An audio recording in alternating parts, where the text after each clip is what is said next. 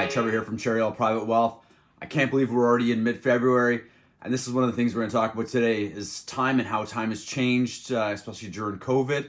We're also going to take a look at the tech sector, massive layoffs, stock price has been all over the place for the last while, and finally we're going to take a look at interest rates, where it's going, what that means, and some of the things you could do in your portfolio to help combat that. Hope you enjoy.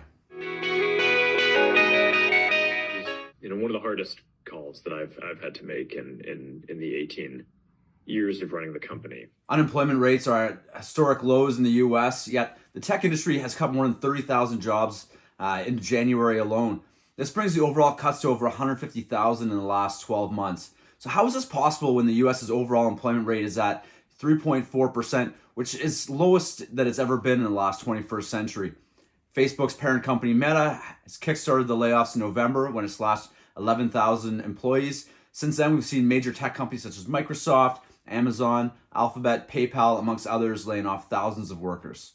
Like most things, there's not one simple answer into why this is going on, but there's a multitude of different factors. If we look back to early 2020, we were forced into a world where everything moved to remote. So the landscape, which was already really tech heavy, saw a world in which tech was the only solution for many things. Shopping, meetings, events, and even concerts moved online, and many tech companies saw this as the new future.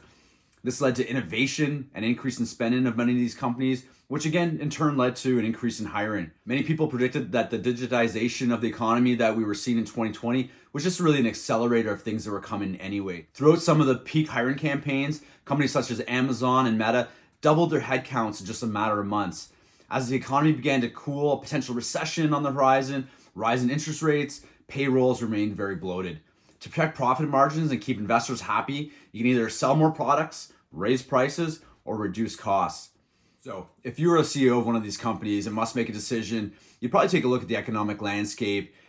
Can I sell more, charge more? If you believe the recession is coming, you'd probably answer no to that and opt for reducing costs instead. If we take a look to the Great Resignation, one of the most affected industries was tech. Talent was really tough to come by, which led to many companies hiring and retaining workers that might not have been a fit for all necessary job requirements.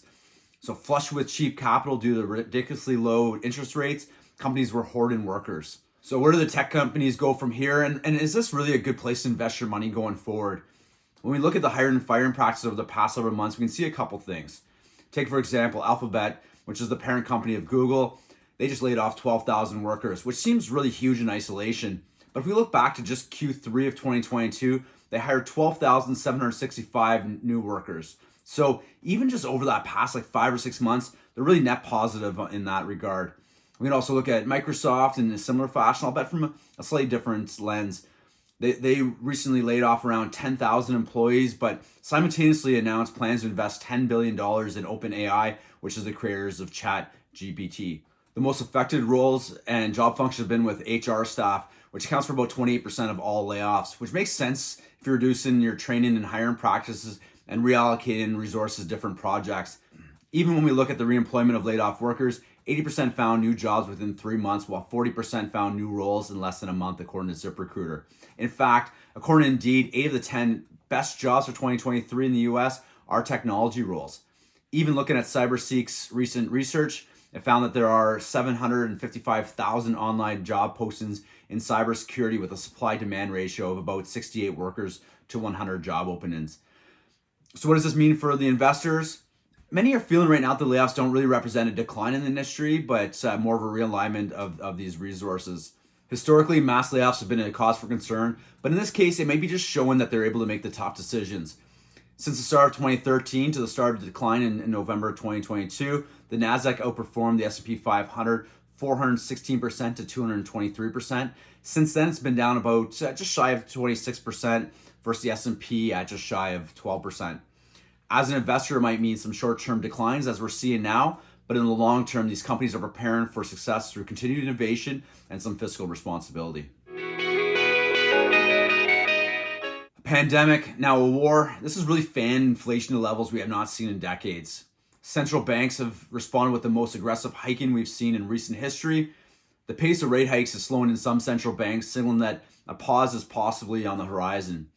With 2022 being possibly the worst year in history for bonds, is it time to get back into the bond market? Market values of bonds act inversely to interest rates, so when rates increase, the value of bonds decrease and vice versa. With the slowing of hikes, this can mean buying bonds are more attractive for passive income. Our portfolio managers feel that there will be a pause, and if the economy weakens, rate cuts will happen at some point later this year. For rate cuts, there really needs to be three things present: layoffs from large corporations signaling a weaker economy, a reduction in inflation in the short run, and economic data coming in weaker than expected. Job numbers continue to be positive, resulting in central banks anticipating wage increases. Oil prices are starting to go back up, while base metal inventories are at 25-year lows. Both are inflationary over the long term. So according to our team, this can mean bonds have a good run in the short term, but if inflation persists, which is what they actually anticipate, they'll likely go back to that 3 to 4% range. On the flip side, the anticipation and historical numbers for private credit and private real estate remain superior at that 7% anticipated range. So has this been the longest 3 years in history or the quickest? Can you tell me three things that you did in 2020? I'm sure you've heard that time is relative. As a younger person, days, weeks, and years pass agonizingly slow, whereas now I see myself saying regularly, can you believe we're already in February or whatever month we're in? So what the heck happened during COVID? In Time Warped, Unlocking the Mysteries of Time Perception, that's a great book if you want to read a little bit more about how this actually happens. It was noted that time can warp very easily, especially when signposts in the form of memorable experiences are removed. Many of us stayed home during the pandemic. Our worlds began to shrink to the bare minimum. We weren't taking part in those memorable activities which tend to ground time. When you're doing the same thing every day, there's no need for your brain to remember each day specifically. Even if time passes slowly in the moment, it's likely that nothing will stand out upon looking back, causing you to perceive that the time has passed quickly.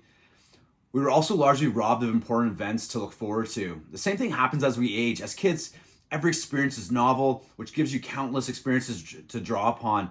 Whereas as we age, we have fewer of these type of events. For an experience to be salient, or for it to be memorable and thereby helping us grasp the passage of days, weeks, and months, it must be personal and emotional. The same phenomenon can happen if you're out for a walk or a drive in a new area, especially if it's linear, going there and back. And you might have experienced this before. The walk or the drive there can seem to take a very long time as your brain takes in all the new visual stimulus. While on the way back, after your brain has logged all this information, it'll likely seem very, very much shorter. Well, that's it for this week. Thanks so much for watching.